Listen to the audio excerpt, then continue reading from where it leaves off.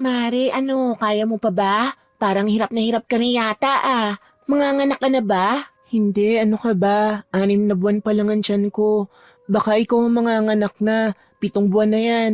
Huwag mo ko intindihin, hininga lang ako sa haba ng nilakad natin. Nakakainis naman kasi ang mga sasakyan ngayon. Kung kailan papunta tayong kapis, saka naman sila mag-iinarte. Beatrice, yung mga driver ng kung anong pampasaherong sasakyan, may mga pinaglalaban yung mga yan. Wala tayong magagawa kung ganun ang ginawa nila ngayon. Ang sisihin natin yung gobyerno. Ang pangit ng sistema nila. Pinigiinitan na naman kasi nila ang mga lumang modelong jeep. Mas maganda naman talaga ang mga bagong sasakyan na gusto ng gobyerno. Itong mga driver lang naman ang maaarte. Uy, bibig mo. Baka mamaya may makarinig sa'yo dyan at baka anuhin ka pa. Ano, sasaktan nila ako? Buntis ako? Buntis din ako, Mare. Kapag may nangyari sa'yong hindi maganda dahil dyan sa bibig mo, hindi kita matutulungan. Nako, tara na nga. Baka maiwan pa tayo ng barko.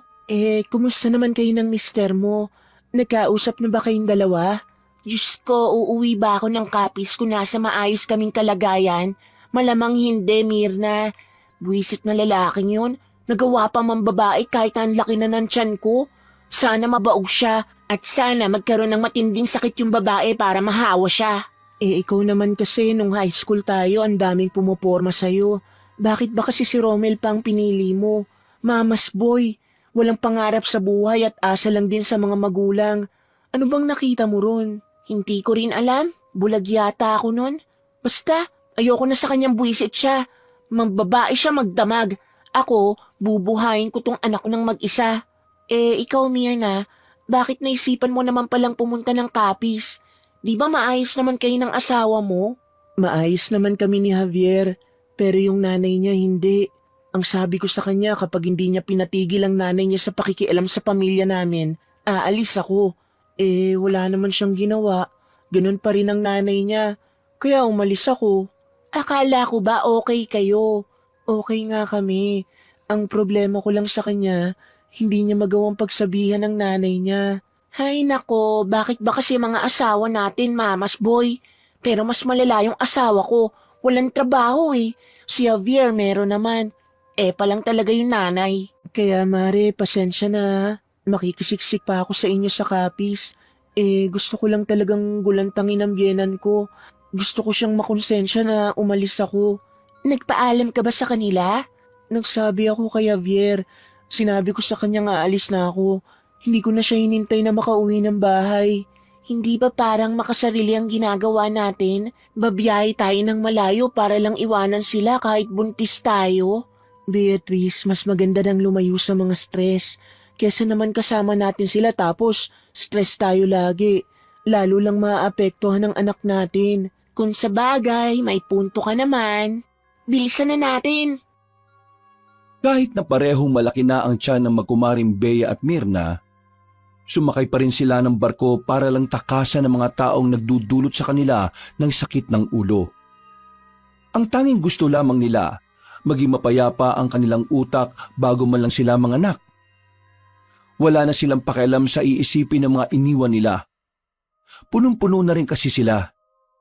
Wala na silang pasensya. Ubus na ubus na. Ang tanging iniisip na lamang nila ay isalba ang natitirang kakarampot na kapayapaan na meron sila. Dahil pareho namang may pera at nakakaluwag, nakakuha sila ng sariling kwarto para mas komportable silang dalawa. Maliit lamang yon pero sapat na yon para sa 2 buntis. Hindi ba masakit ang tiyan mo? Magsasabi ka kapag masakit ang tiyan mo ha? Hindi naman. Ikaw ba? Hindi naman pero kanina masakit kasi sipa ng sipa tong anak ko. Magpahinga na muna siguro tayo. Nakakapagod din yung nilakad natin. Magpahinga ka na muna. Ikaw, anong gagawin mo? Aakyat lang ako, maglalakad-lakad. Pambihira ka, ang layo na nga ng nilakad natin tapos maglalakad-lakad ka pa ulit. Kasi gusto ko makalanghap ng sariwang hangin na may kasamang usok. O siya, ikaw ang bahala. Basta mag-ingat ka ha. Buntis ka, paalala ko lang. Buntis ka rin. Alam ko. Pahinga ka lang dyan, akyat na ako. Nung gabing yon, marami ng tao sa tinatawag nilang upper deck. siksikan na rin sa mga upuan. Pero maluwag-luwag pa rin naman ang daanan kaya hindi nag-alala si Bea na baka may makasagi sa kanya. Sa kanyang paglalakad, napansin niya ang isang lalaki na nakatayo sa gilid. Nakatingin ito sa kanya. Nung una, inakala niya na baka kakilala niya ito. Pero nang tingnan niya ito ng maigi, hindi niya naman ito mamukaan. Bakit ba nakatingin tong pangit na to sa akin? Lalapitan niya sana ang lalaki pero bigla na lang may mga kalalakihan na nagtakbuhan sa harapan niya kaya siya napigilan. Buwisit naman tong mga lalaki na to. Mga isip bata dito pa naghahabulan sa ibabaw eh. Malaglag sana sa dagat. Nang balikan niya ng tingin ng lalaki, bigla na lamang itong nawala sa paningin niya. Wala na sa kinatatayuan nito. Nilingon-lingon niya ang paligid, pero hindi na niya yun nasilayan pa. Napailing na lamang si Bea. Hindi niya malaman kung papaanong sa ganoong kabilis na wala na ang lalaki doon. Tumalo na yata sa tubig yung isang yun ah. Naglakad-lakad na lamang ang babaeng si Bea. Kahit na papaano, narelax siya dahil sa lamig ng hangin. Gumaan din ang pakiramdam niya. Pakiramdam na hindi niya maramdaman kapag kasama niya ang kanyang asawa. Nasira ang kanyang pagmumuni-muni nang may matandang lalaki na lumapit sa kanya. May mga dala-dala itong kwintas. Hindi niya sana ito papansinin dahil hindi naman siya bumibili ng mga ganoon. Pero kinalbit siya noon. Iha, kunin mo ito. Isuot mo ito. Pangontra ito sa masasamang elemento na maaaring lumapit sa iyo. Hindi po ako bumibili ng ganyan. Hindi ko naman ito ibinebenta eh. Pinamimigay ko lang ito sa lahat ng pasahero na papuntang Capiz. Alam mo kasi, Hindi po ako naniniwala sa masasamang elemento. Kasi po taga-Capiz din ang mga magulang ko. Matagal na sila ron pero wala naman silang nakukwento sa akin tungkol sa masasamang elemento. Kaya pasensya na po ha, hindi po ako tatanggap niyan kahit na libre. hindi ka ba nag-aalala para sa batang dinadala mo? Mukhang hindi ka pa naman laking Capiz. Kung ayos lang po, iwan niyo na po ako. Umalis po ako sa amin kasi stress po ako eh. Ito lang yung oras para makapag-relax ako. Kung pwede lang naman po, no? Hindi ako makapaniwala na may isang buntis na tumatanggi sa mga pangontra. Ngayon po, kailangan niyo nang maniwala. Kapag nagbago ang isip mo, Iha, puntahan mo lang ako sa bandang yon. Bibigyan kita. Tumango na lamang si Bea kahit na ang totoo ay wala naman talaga siyang pakialam. Naglakad na lamang ang matandang lalaki. Napapailing na lamang si Bea. Hindi kasi siya madalas pumatol sa mga ganon. Para sa kanya, maaring parte lang din yun ng modus na matanda. Ganun tumakbo ang utak niya sa mga taong hindi naman niya kilala. Matapos ang halos kalahating oras na pagmumuni-muni, binalikan na lamang niya ang kanyang kumare na si Mirna. Mahimbing na ang tulog ni Mirna, kaya naisipan na lamang din niyang matulog. Pero kahit na anong gawin niyang pikit, hindi siya dinadalaw ng antok. Maya-maya, bigla na lamang siya nakarinig ng boses ng lalaki na parang bumubulong mismo sa harapan ng tenga niya. Agad siyang napadilat at napabangon. Wala naman silang ibang kasama sa kwarto. Tanging silang dalawa lang ni Mirna. Guni-guni ko lang ba yun? Bea, bakit? Bigla kasing may narinig akong boses ng lalaki sa tenga ko, pero wala naman. Wala naman tayong ibang kasama rito. Tayo lang. Baka naman mga boses lang sa taas yun. Marami pa rin yatang gising sa upper eh. Baka nga siguro. Oh, bakit ka pala nagising? Masama ang panaginip ko eh. Ha? Binangungot ka? Hindi naman totally bangungot. Pero sa panaginip ko, may tinanggihan daw akong matandang lalaki. Pagkatapos nun, parang gumulo na yung buhay ko. Matandang lalaki? Ano yun, sugar daddy? Baliw. Basta hindi ko rin alam kung ano. Basta ganun lang ang napanaginipan ko. Anong oras na ba? Mag-aalas 11 pa lang. Ng gabi? Hindi, ng umaga. Malamang gabi. Nakita mo bang maliwanag yan sa salamin ng bintana? Piloso po to. Bumuntong hininga na lamang ang babaeng si Bea. Hinaplos niya ang kanyang tiyan. Ngumiti siya ng malapad. sabik na siyang makita ang kanyang anak. Dahil parehong hindi na makatulog ang dalawang buntis, umakyat na muna sila sa taas. Tumambay sila sa gilid para makapagpahangin. Hindi malaman ni Bea kung bakit tila hinahanap niya ang matandang lalaki na nakausap niya. Sinusuyod niya ng tingin ang paligid ng barko, pero hindi na niya makita pa yon. Bea, tignan mo. Ha? Tignan mo yung lalaki. Nakatingin sa atin, oh. Kanina pa yan. Iyan din yung lalaking tumitingin sa akin kanina. Parang bet niya yata ang mga buntis eh.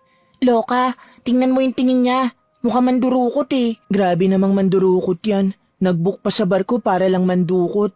Oo, saan ka pupunta? Lalapitan ko. Tatanungin ko siya kung anong problema niya sa ating dalawa. Sigurado ka? Baka mamaya biglang manakit yan. Hindi naman siya mukhang baliw eh. Akong bahala. To talaga kahit kailan puro tapang eh. Buntis ka ha? Akong bahala. Hindi nagpapigil ang babaeng si Bea. Nilapitan niya ang lalaki na ilang metro lang naman ang layo sa kanila. Paglapit niya, nung una ay parang hindi pa siya nito naririnig, kaya naman tinapik niya ito ng malakas sa balikat. Anong atin, kuya? Ha? Bakit? Kanina mo pa kami tinitingnan. Kanina rin nung ako lang mag-isa. Tinitingnan mo ko. May problema ka ba sa amin? Wala akong problema sa'yo. Hindi ba kayo pwedeng tingnan? Oo, hindi. Parang nakakabastos ka eh. Sa lakas ng boses ni Bea, napapatingin na sa kanila ang ibang naroon. Pero parang wala lang pakialam ang lalaki. Nanatili itong kalmado at blanco ang reaksyon ng muka. Type mo ba kami? Mahilig ka ba sa mga buntis? Ano? Oo, gusto ko mga buntis eh. Eh, bastos ka naman pala talaga eh. Hindi nagsalita ang lalaki. Tumingin lamang ito sa kanya. Yung tingin nito, parang tumatagos hanggang sa kaluluwa niya. Sa hindi malamang dahilan, biglang nakaramdam ng kaba si Bea. Naramdaman na lang din niya na nagdilikot na ang sanggol sa kanyang sinapupunan. Samantala, lumapit na rin si Myrna nang mapansing tila nagkakainitan na ang dalawa. Bea, halika na. Huwag ka na makipagtalo pa. Baka makasama pa yan sa bata. Kuya, sa susunod ayusin mo naman ang tingin mo. Nakakabastos kasi kung paano mo kami tingnan eh.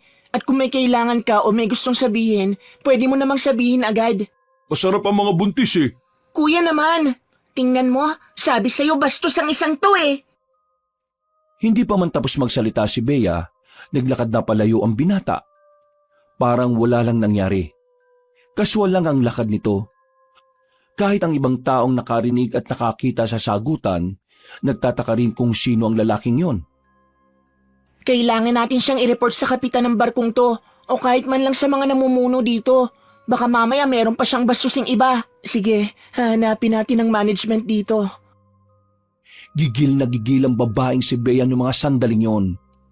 Kinausap nila ang mga staff ng barko. Naisumbong na rin nila ang lalaking nambastos sa kanila. Dahil sa galit ni Bea, napilitan ng mga pamunuan ng barko na halugugin ang barko para lang mahanap ang lalaki. Pero sa kasamaang palad, hindi nila yun nakita. Wala rin makapagsabi kung ano ang pagkakakilanlan ng lalaki. Tiningnan na rin nila ang mga listahan ng mga naroon, pero hindi nila matukoy kung sino roon ang kanilang hinahanap. Maraming salamat po. Update nyo na lang po kami kapag nakita nyo na po ang lalaking yon. Tumango na lamang ang mga security sa kanila at naglakad na rin paalis. Si Bea naman, hindi pa rin nawawala ang inis nito. Kung hindi nga lang siya buntis, ay baka sinuntok na niya ang lalaki. Pwisit na lalaking yon. Kapag nakita ko talaga ulit yon, nako! Pero wala na siya rito. Saan naman kaya mapupunta yun? Nagtataka nga rin ako eh. Kasi nung unang beses na ako ang tiningnan niya, bigla na lang din siyang nawala. Hindi ko alam kung paano. Akala ko nga tumalo na siya sa tubig eh. Hinahanap niyo yung lalaking kinakausap niyo kanina.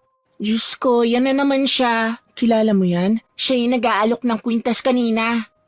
Manong, kilala niyo po ba yung hinahanap namin? Hindi ko siya kilala, pero alam ko kung ano siya. Po, huwag mo nang kausapin. Weirdo yan. Huwag niyo na siyang hanapin. Mas mainam na huwag niyo na siyang lapitan. Bakit naman po? Sabi nang huwag mo nang kausapin yan. Dahil ang lalaking yon ay isang aswang. Manong, moderno na po ang panahon ngayon. Wala naman na sigurong ganun. Moderno? Hindi nyo ba alam na mga kagaya nila nakakasabay na rin sa panahon? Manong, please. Wala kaming sa mood ngayon. Huwag niyo na po sanang dagdagan. Hindi ko naman sinisira ang gabi ninyo. Ang sinasabi ko sa inyo ay isang paalala o babala. Tinutulungan ko kayo para makaiwas sa kapahamakan. Lalo na ang sanggol na dinadala nyo. Kunin nyo ang mga kwintas na ito. Suotin ninyo. Dahil kapag suot nyo ito, hindi na kayo malalapitan pa ng aswang. Didistansya na siya sa inyo. Manong naman, sinabi nang wala kami sa mood para sa mga ganitong bagay eh. Ano bang hindi maliwanag sa sinasabi namin? Teka. Bakit nyo sinisigawan ng lolo ko? Lolo mo to? Oo, bakit? Pagsabihan mo naman tong lolo mo na wag niya na kaming guluhin gamit ang mga kwintas na sinasabi niya. Kasi masama na ang gabi namin. Pasensya na kayo kung inaalok kayo ni lolo ng mga dala niyang kwintas. Albularyo ang lolo ko sa Kapis. Galing kaming Maynila. Ginagawa na niya ito noon pa man. Namimigay siya ng mga ganyang bagay sa lahat ng papunta ng Kapis. Kung naabala man niya kayo, pasensya na. Ginagawa niya lang ang tingin niyang makabubuti sa iba. Pero hindi naman tama na sinisigawan niyo yung lolo ko. At tama ba na nanggugulo siya ng 2 buntis na stress na sa buhay? Wala naman akong sinabi na ganun ah. Ang sinasabi ko lang naman, kung ayaw nyo, edi ayos lang. Hindi naman kayo pinipilit eh. Anong hindi pinipilit? 2 beses niya na ako nilapitan para dyan. Wala ka bang lolo o tatay? Para kasing hindi mo alam na minsan, normal sa matatanda ang pagiging makulit eh. Kuya, pasensya na. Aalis na lang kami. Pakisabihan na lang din ng lolo mo. Walang ginagawang mali ang lolo ko. Ayaw nyo lang kasi siyang pakinggan eh. Kahit na ang totoo, kapakanan nyo lang naman ang iniisip niya. Pero kung ayaw nyong maniwala, edi sige, walang problema. Pero eto lang ang sasabihin ko ah. Wag na wag kayo magsisisi na tinanggihan nyo ang inaalok ng lolo ko. Talagang hindi kami magsisisi, kuya, kasi nakakaabala. Dali mo na nga yan, lolo mo, kasi lalo lang nasisira ang gabi namin eh. Gusto ko lang humingi ng paumanhin kung nakukulitan kayo sa akin. Pasensya na at naabala ko kayo.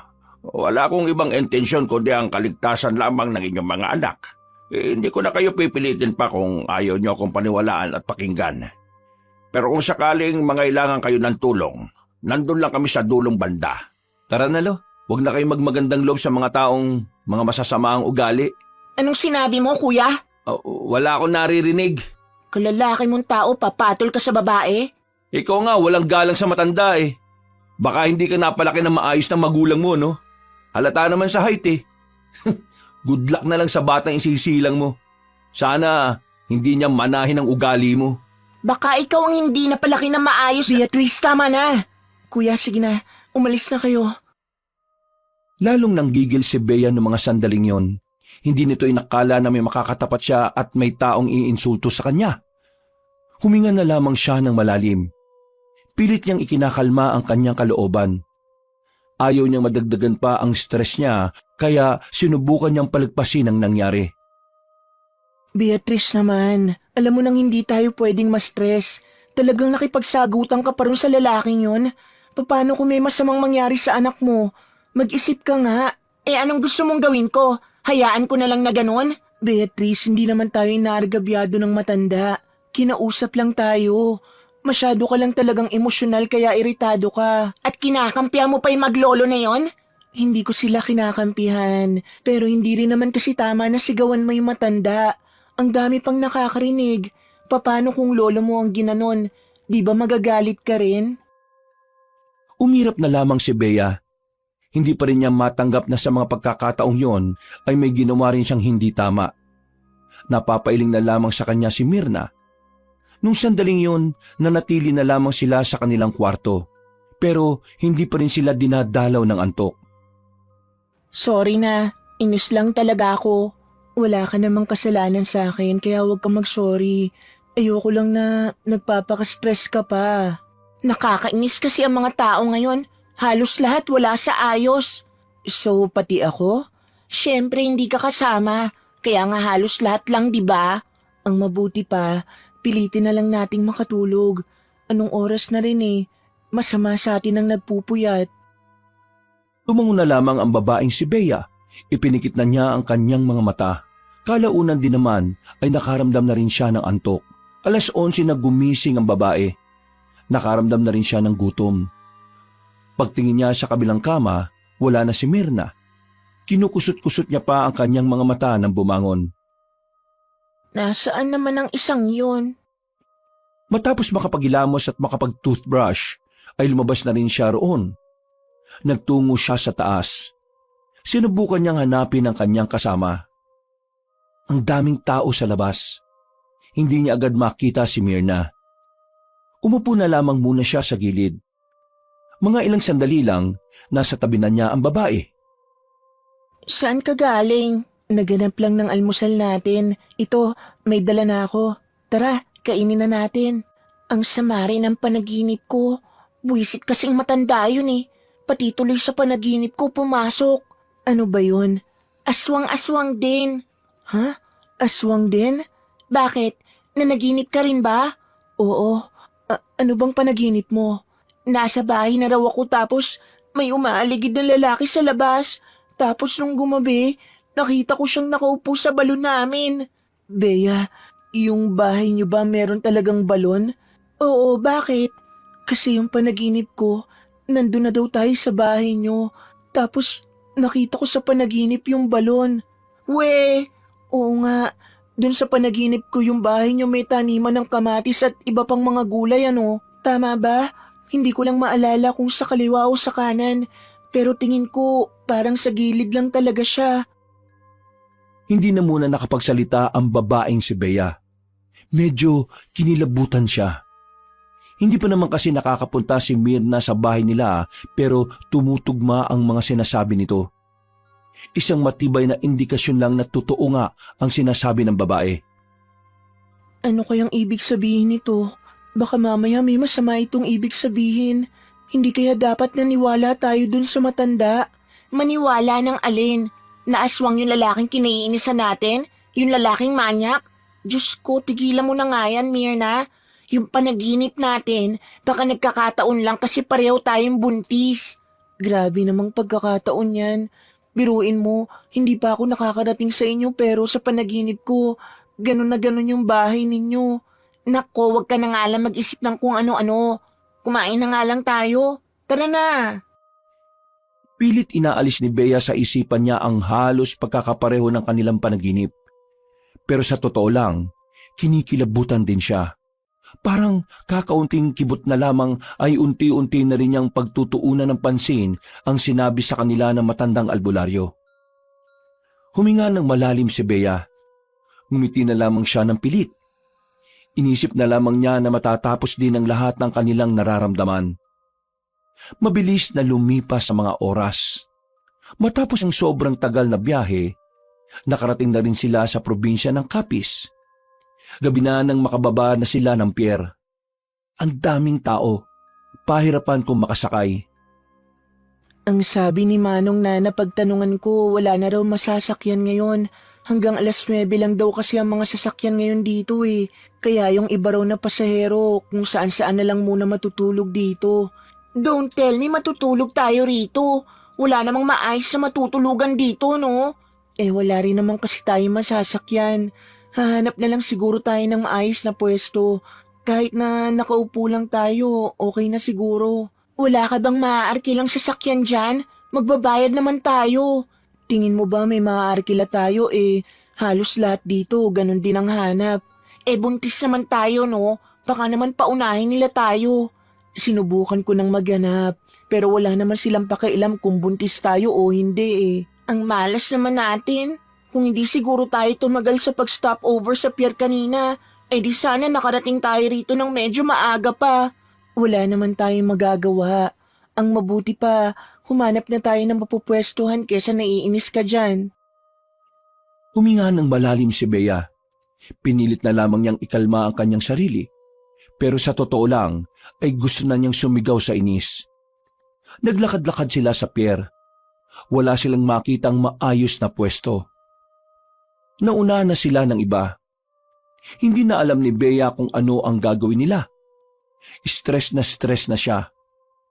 Maya-maya pa, biglang lumapit sa kanila ang maglolo. Ang maglolong nakausap nila sa barko. Pasensya na kung mga abala ulit ako mga iha. Pero wala ba kayong masasakyan? Hinawakan ni Mirna ang kanyang kamay para hindi na mainis pa. Pero kalmado na siya sa mga sandaling iyon. Hindi na rin siya naiinis sa matanda. Yung lalaki naman nakasama nito lang ang kinaiinisan niya. Wala nga po kaming mahanap. Hindi po namin inakalang kapag ganitong oras pala wala na masasakyan dito. Matagal-tagal na rin kasi nung huling pumunta si Bea rito. May hinihintay kaming sundo eh. Kung gusto nyo, sumabay na lang kayo sa amin. Hindi maganda na nasa labas kayo ng ganitong oras. Pero lo, alam niyo naman yung nangyari nung nasa barko pa tayo, di ba? Ayaw nila, Apo. Hindi ka ba naaawa sa kanila? Mga buntis sila, oh. Mahamog sa labas. Paano kung sobrang layo pala ng tirahan ng mga yan? Mga iha, saan ba ang bahay ninyo? Bea, saan daw? Kahit wag na. Maghihintay na lang tayo dito hanggang umaga. Seryoso ka ba? Ilang oras tayong tatayo rito? Diyos ko, pwede ba? Ibaba mo na nga muna ang pride mo. Wala tayong ibang mahihinga ng tulong. Nagtitiwala ka agad sa kanila, hindi naman natin yan kilala. Hindi naman sila mukhang masama. Sige na, sabihin mo na kung saan. Sasabay tayo sa kanila. Sa San Pablo, Purok 2. San Pablo? Purok 2? Abay, malapit lang din pala sa amin ah. Madadaanan lang namin yon bago kami makarating sa lugar namin. Kung ganun supay na lang kayo sa amin. Pangako, wala na akong babanggitin pa tungkol sa mga bagay na hindi nyo paniniwalaan. Maraming salamat po Pero tanong ko lang po, bakit niyo po kami tinutulungan? Kasi kailangan nyo ng tulong eh. Yun naman ang dahilan, hindi ba? O tara, sumama kayo sa amin. Doon natin iintayin yung sasakyan namin. Kahit na ayaw ni Bea, binaba na lamang niya ang kanyang pride. Naisip niya rin kasi na kailangan na rin talaga nilang magpahinga. Dahil kung tutuusin, hindi naman talaga sila pwedeng magbarko sa lagay nila. Pero pinilit lang nila ang mga staff para makaalis na rin. Naglakad sila ng kaunti patungo sa gilid ng kalsada. Nakaupo lang sila sa gilid kung saan merong mahabang upuan na yari sa katawan ng punong nyog. Tahimik lang ang dalawang babae. Pinakikinggan lamang nila ang maglolo. Ano na raw ba sabi ni Webeng? Nasa biyahe na siya kanina pa. Baka mga 5 minuto lang nandito na yon. Yung lalaking pinapahanap nila sa barko, hindi mo na ba talaga nakita kanina? Nakita ko kanina pababa na rin ng barko pero biglang nawala Mailap talaga ah. Kung nakababa na rin, dapat pala di natin iwan tong dalawa. Sigurado ka pa talaga, Lo? Aswang yung lalaking yun? Ha? Bakit parang hindi ka sigurado? Marunugis ka, di ba? May dapat alam mo kagad. Lo, parang normal lang naman kasi siya. Malay ko ba sa lalaking yun? Kaya nga dapat hindi nating iwan tong dalawa. Mas maganda sana kasi kung may pangontra sila kaso, wag na nga nating ipilit. Ihatid na lang natin sa kanila. Oh, ayun na pala si Wewing Isang lumang van ang tumigil sa kanilang harapan. Bumukas ang bintana at nakita nila ang lalaking nasa loob. Nakangiti kagad ito. Lo! Ha! Kanina pa ba kayo? Sensya na Ay, di naman. Ngayon lang naman. O, sakay na. Malamig na dyan. Mga iha, tara na. Lo, sino ba sila? Sa bahay ko na lang ikukwento. Basta ngayon kailangan natin silang ihatid sa kanila. Sige. Pasok na. Inalalayan sila ng lalaking si Nathaniel. Hindi nagtagal ay agad na rin silang umandar. Habang nasa biyahe, tahimik pa rin ang dalawang babae. Nakikiramdam at nagmamasid lamang si Bea sa tatlong nasa harapan nila. Ang balita naman sa bahay, baka naman kalat-kalat na naman Hindi Inayos ko na yung mga kalat dun. Mabuti kung ganon. Para naman matuwa ako sa'yo. Sige na, ituon mo na yung atensyon mo sa pagmamaneho. Baka mamaya maaksidente pa tayo. Makalipas lang ang ilang oras, nakarating na rin sila ng San Pablo, Purok 2. Nakahinga na rin ng maluwag ang dalawang babae. Sa mismong tapat ng kanilang bahay sila mismo ibinaba. Naku, sobrang maraming salamat po talaga. Dahil sa inyo, hindi na namin kinailangan pang maghintay hanggang umaga. Safe po kaming nakarating dito. Maraming salamat talaga. Wala nga naman. Gusto lang din naman naming tumulong sa inyo. Siyempre, kababayan naman pala namin ang angkan nitong kasama mo eh. Ay, siya nga pala. Mag-iiwan ako ng numero ko sa inyo ha. Pwede niyo akong tawagan o i-text sakaling makailangan kayo ng tulong. Huwag lang tungkol sa pera ha. Mahirap lang kami. Inabot na matandang lalaki ang kapirasong papel. Tinanggap naman ito ni Mirna. Si Bea naman ay pilit ng ngiti na lamang ang iginanti. Ay siya, sige na. Kami lalarga na at maaga pa rin kami mamaya. Mag-iingat kayo palagi ha. At sana maisilang nyo ng matagumpay ang mga anak ninyo. Marami pong salamat talaga. Tungkol po sa nangyari sa barko, pasensya na. Mainit lang po talaga ang ulo ko noon dahil dun sa lalaking yun. Ay, ayos lang yon. Kabisado ko naman ang mga buntis eh. Pabago-bago ang mood. Kaya huwag nyo nang isipin yon. Pumasok na rin ang 3 lalaki sa van. Kumuhay pa ang matandang lalaki bago sila tuluyang umalis. Napabuntong hininga naman si Bea. Akala ko hindi ka magsusorry eh. May konsensya din naman ako, no? Bea, dito talaga ang bahay ng lola mo? Ang laki ah. Sabi ko naman kasi sa'yo may kaya sa buhay ang angkan ko rito. Tingnan mo ang lawak ng bakuran. Pero, nagsabi ka ba sa kanyang darating tayo? Nagsabi ako kahapon. Ang kaso nga lang, hindi naman nag-reply si Lola sa message ko. Kaya hindi ko alam kung alam niya. Sa iba mong kamag-anak, hindi ka nag-message? Hindi ko naman sila close eh. Tara na, pasok na tayo. Natigilan sa sinasabi si Bea na may marinig silang kaluskos sa kabilang parte ng daanan. Nakita rin ni Mirna na gumalaw ang halamanan. Nagkatinginan ng 2 buntis. Pareho sila ng nararamdaman. Bigla na lamang silang kinabahan. Pero nawala lang ang kanilang kaba nang makitang pusa lang pala ang naroon. Kainis namang pusa to. Anong oras na nasa labas pa? Hindi na lamang pinansin ni Bea yon at nauna na ring naglakad patungo sa pintuan ng bahay. Lola! Lola Manay! Nandito na po ang pinakamaganda niyong apo, si Beatrice. Lola! Baka wala dyan ang lola mo. Saan naman pupunta yun? Ito lang naman ang bahay niya. Baka naman makabulahaw tayo. Lola! Nandito na kami! Habang kumakatok si Bea, napatingin si Mirna sa gilid ng bahay kung saan naroon ang puno ng kaimito. Sa hindi malamang dahilan, tila nakakaramdam ng kakaiba ang babae. Nagtindigan ang kanyang mga balahibo.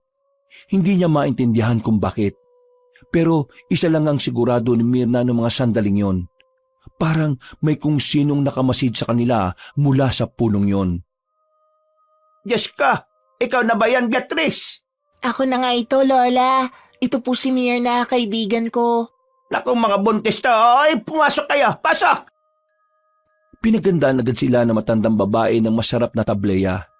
Binigyan din sila ng makakain at sa sala sila nag-usap-usap. Buntis kayo bakit pa kayo bumiyahe ng sobrang layo?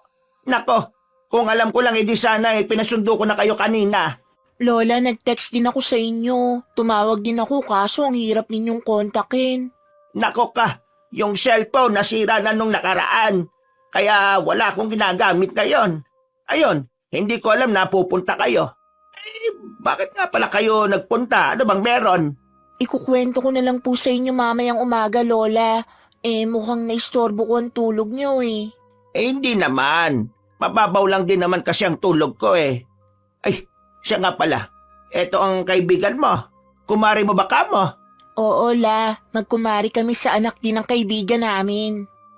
Kumusta ka naman, iha? Buti naman at sinamahan mo ang apo kong ito.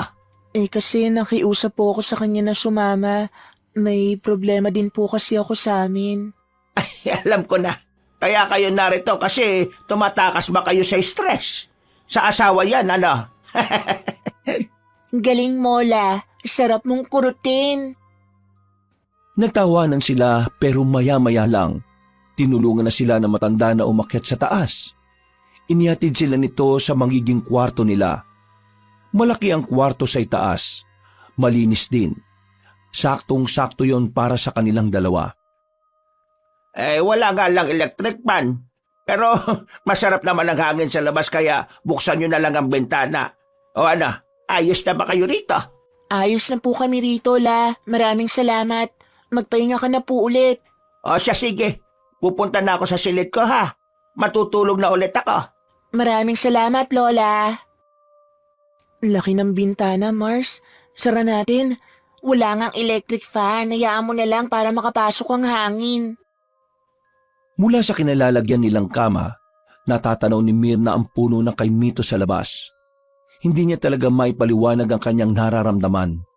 So tuwing mapapatingin siya roon, pakiramdam niya ay meron ding nakatingin sa kanya. Kumusta naman ang tiyan mo? Hindi ba sumasakit? Maayos naman. Wala namang problema. Ikaw ba? Kanina nung nasa pier tayo, sipa siya ng sipa.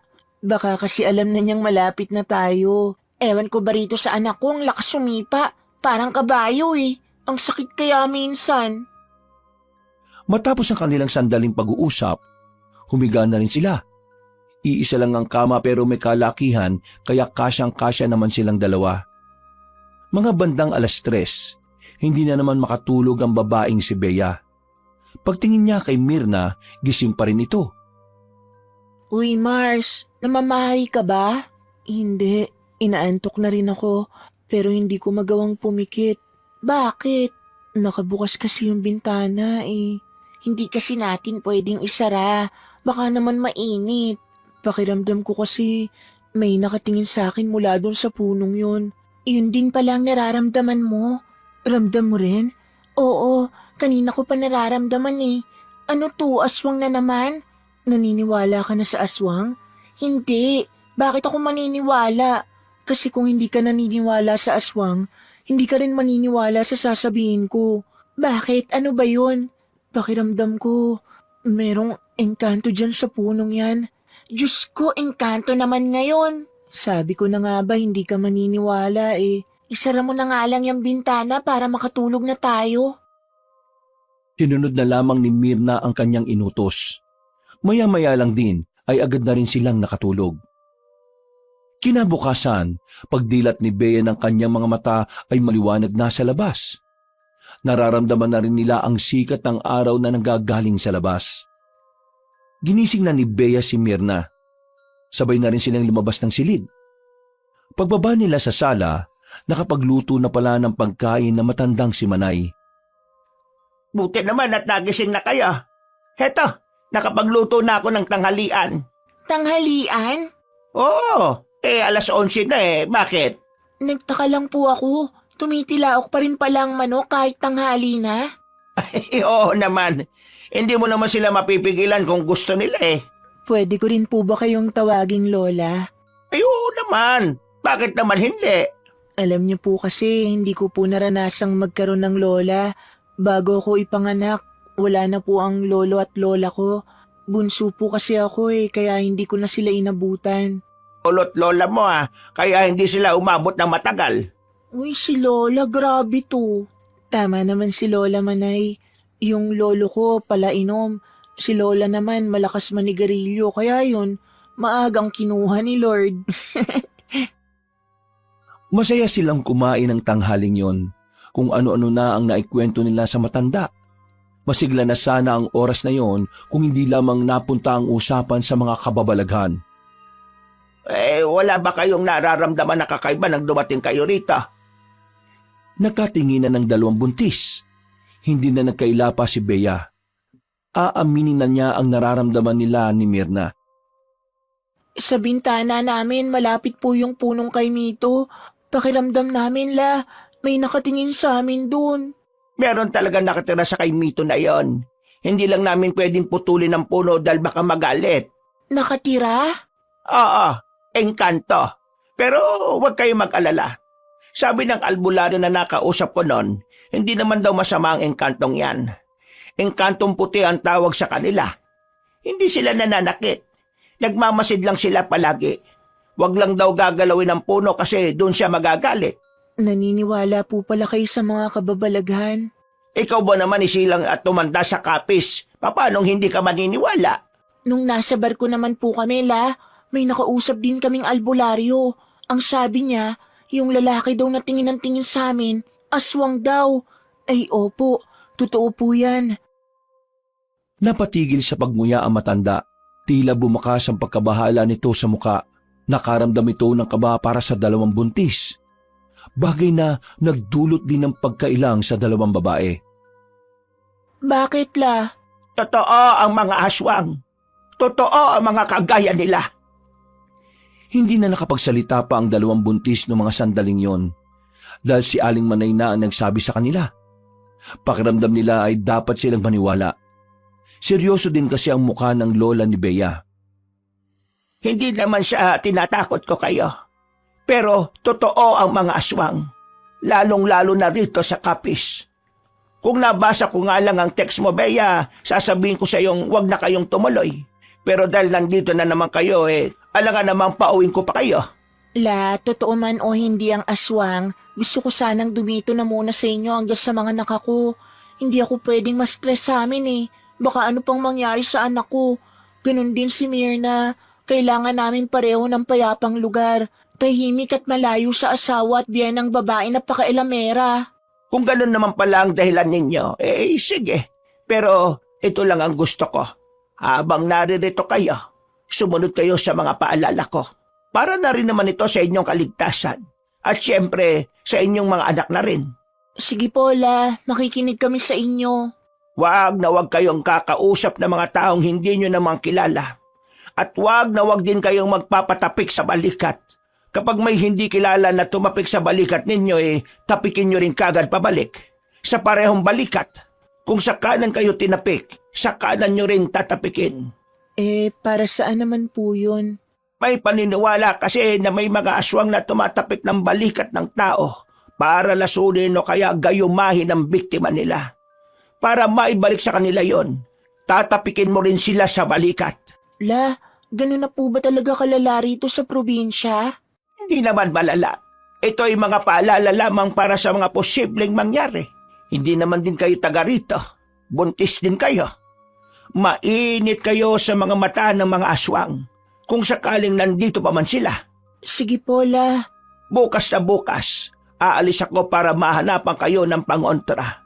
Mahirap na. Mas maganda nang sigurado tayo.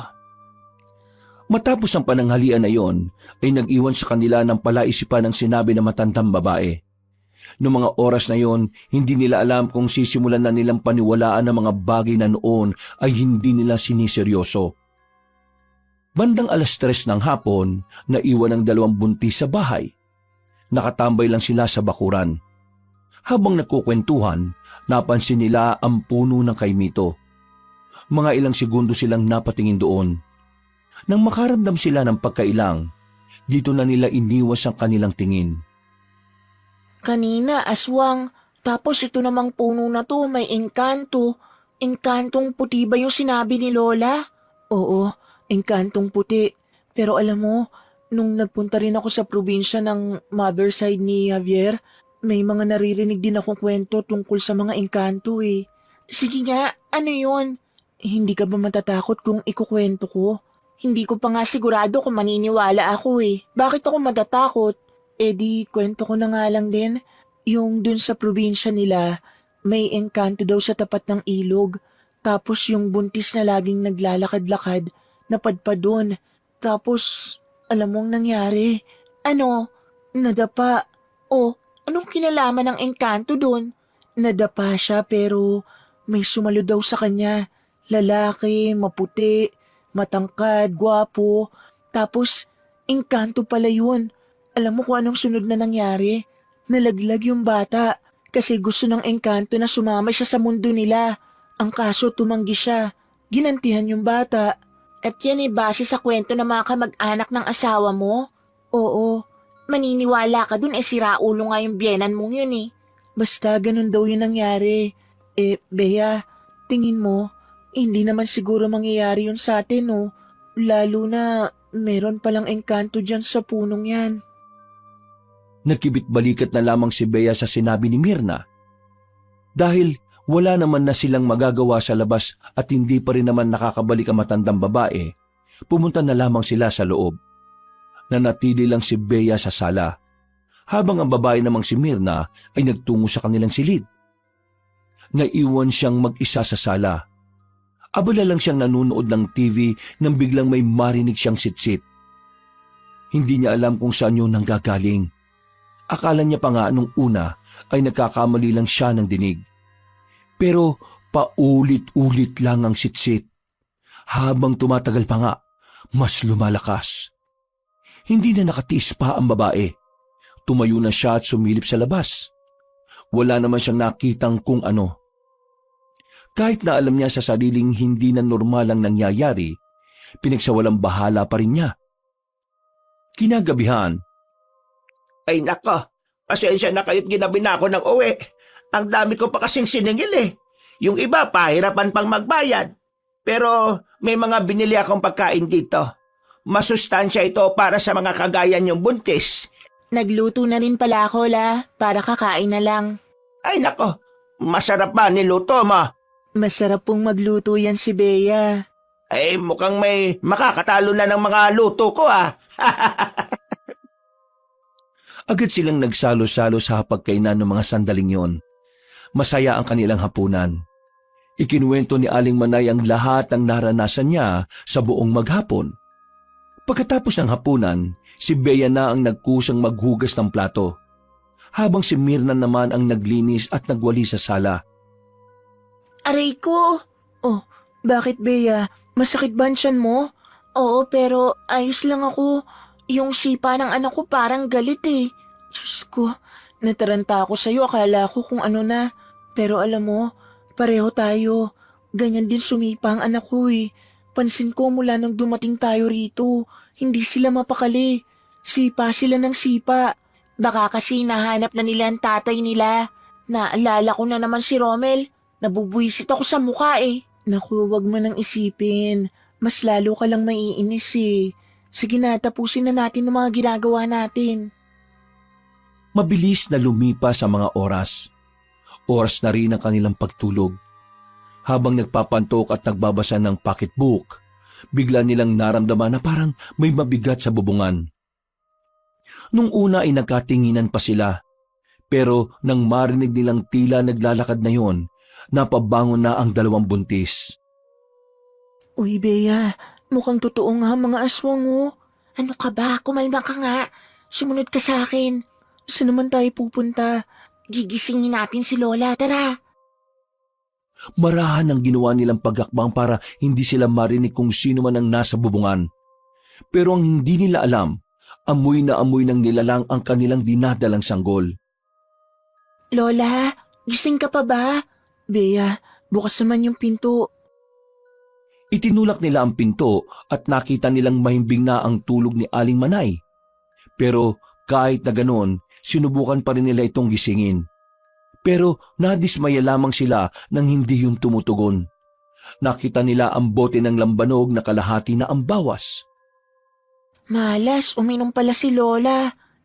Anong gagawin natin? Dito lang tayo sa loob. Alangan namang lumabas pa tayo. Dito na lang tayo sa kwarto ni Lola Manay. Siniguro nilang nakasarado ang lahat ng bintana sa sala, pati na rin sa silid na matandang babae. Maya-maya pa, naramdaman na lamang nila na parang meron nang naglalakad sa sala. Hinawakan ni Bea ang kamay ni Mirna para mabawasan ang takot nito. Kahit na papaano ay kumalma rin naman ang babae. Samantala, naglakas loob naman si Bea na sumilip sa maliit na buta sa pintuan. Hindi niya inaasahan ang kanyang nakita. May isang lalaking nakatalikod sa sala. Nakaharap lang yon sa pintuan. Maya-maya lang ay marahan itong humarap. Nakilala ni Bea kung sino ang lalaking yon. Ito ang lalaking bumastos sa kanila sa barko. Totoo nga. Totoong sinasabi ng matandang yon. Aswang yung lalaking yon. Ha? Dito ka lang. Teka, anong gagawin mo? Papalayasin ko yung lalaki. Nababaliw ka na ba? Ikaw nga rin ang nagsabi. Totoong sinasabi ng lalaking albularyo. Tapos lalabas ka? Paano kung lapain nun ang tiyan mo? Kung hindi natin siya papaalisin, hindi tayo makakaalis dito. Mas maganda nandito lang tayo. Ang mahalagay, ligtas naman tayo rito. Itinukom na ni Bea ang kanyang bibig nang makitang naglakad na ang lalaki palapit sa pintuan. Umalis na sila roon at tumabi sa gilid ni Aling Manay. Kinuha ni Bea ang bote ng lambanog. Yun ang tanging bagay na tingin niya ay makakapagligtas sa kanila. Alam ko nandiyan kayo. Huwag niyo na akong pahirapan. Hinahanap ko kayo halos isang araw. Tumigil ka! Kung ano ka man, wala kaming pakialam. Kapag sinubukan mong pumasok dito, ipapalo ko sa itong bote na to. Amoy na amoy ko ang sarap ng sanggol. Nababaliw ako sa sarap eh. Sobrang nababaliw na ako. Kaya naman, lumabas na kayong dalawa dyan. Kapag hindi kayo lumabas, wawasakin ko ang pintuang ito. Bea, anong gagawin natin? Diyos ko. Yung numero ng albularyo, nasa kwarto natin. Malas, hindi mo ba matandaan? Hindi eh. Narinig na lamang nila ang gumagalaw-galaw na ang doorknob ng pinto. Indikasyon na nagsisimula ng tangkain ng lalaking aswang ang kanilang kinalalagyan. Kahit na hindi naman relihiyosong tao si Bea, makailang ulit niyang pinagdasal na sana ay may tumulong sa kanila. Hindi rin kasi nila pwedeng asahan na matandang si Manay. Bukod sa lasing ito, alam nilang sa katandaan nito ay hindi rin naman ito kakayanin ng lalaking aswang. Maya-maya lang, nagtaka sila dahil meron na silang narinig na tinig na matanda sa sala. Isang tinig na hindi naman nila kilala. Ayon sa kanilang pagkakarinig, tila pinapaalis na matanda ang lalaking aswang na nanggugulo sa kanila. Lumayan mo ang dalawang buntis na yan! Huwag ka makialam dito. Magkaiba mundo natin dalawa. Wala kang kinalaman dito. Lumayan mo sila. Wala rin sila kinalaman sa gusto mong mangyari. Sinusubukan ko lang isalba ang sarili ko sa gutom. Huwag ka makialam. Hindi ako papayag na gawin mo silang pagkain. Kung hindi ka titigil, mapipilitan akong paslangin ka, kaibigan. Aba, tinatakot mo ba ako? Hindi kita tinatakot. Pero kayong mga aswang, alam niyo naman siguro kung ano ang kakayahan ng mga kagaya ko. Nung mga sandaling yon, hindi nila maintindihan kung ano na ba ang takbo ng usapan ng dalawa sa labas. Masyado ring mahiwaga ang dating na matandang naririnig nila. Nagpatuloy pa ang usapan ng dalawa hanggang sa tuluyan na ngang umalis ang aswang na lalaki. Narinig pa nilang padabog na isinarado ang pintuan sa sala. Nang masiguro nilang wala na ang aswang, lumabas na rin sila sa silid. Sinubukan nilang sumilip sa labas. Nakahinga sila ng maluwag nang masigurong nakalis na nga talaga ang aswang. Samantala, meron naman silang nakitang liwanag na nagmumula sa puno ng kaimito. Hindi sila makapaniwala. Para kasing nagkaroon doon ng portal kung saan nanggagaling ang nakakasilaw na liwanag. Bea, ano yun? Bakit akong tinatanong mo? Bea, parang lagusan yata yan. Diyan yata nakatira yung engkanto eh. Teka, yung matanda kanina, siya yung engkanto? Tara na sa loob, bilis. Uy, naririnig mo ba ako? Natulala si Bea sa harapan ng punong kaimito. Nakatingin lang siya sa lagusan. Parang merong umaakit sa kanya na pumasok din doon. Buti na lamang, nakatikim siya ng malakas na sampal sa babaeng si Mirna. Natauhan siya dahil sa ginawa ng babae. Hindi na siya nito pabalik sa pintuan. Agad namang sinara ni Mirna ang pintuan sa sala. Ano bang ginagawa mo? Ha? Ginagawa ko? Beatrice, hindi mo ba alam na malapit ka nang pumasok doon sa lagusan? Ako? Papasok doon? Oo, tingin ko na ano bang tawag doon? Yung wala ka sa sarili? Na-hypnotized ako? Oo, gano'n na nga.